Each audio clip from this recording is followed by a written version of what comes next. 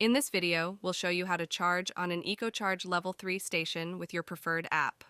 We're at a charging station in Vaudreuil, Quebec. EcoCharge stations can be found across the province of Quebec at IGA grocery stores. To start charging, open your preferred app and find the location you want to charge at.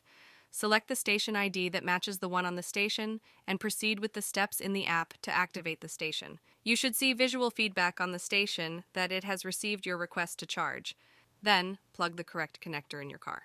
EcoCharge Level 3 stations typically have both a CCS and a CHAdeMO connector. It could take several seconds for the charge to begin. Your app may only receive session updates with some delay. To stop the charge, you must first press the stop button on the charging station. You should see feedback on the station indicating the charging session was stopped. Then you'll be able to unplug the connector from your car.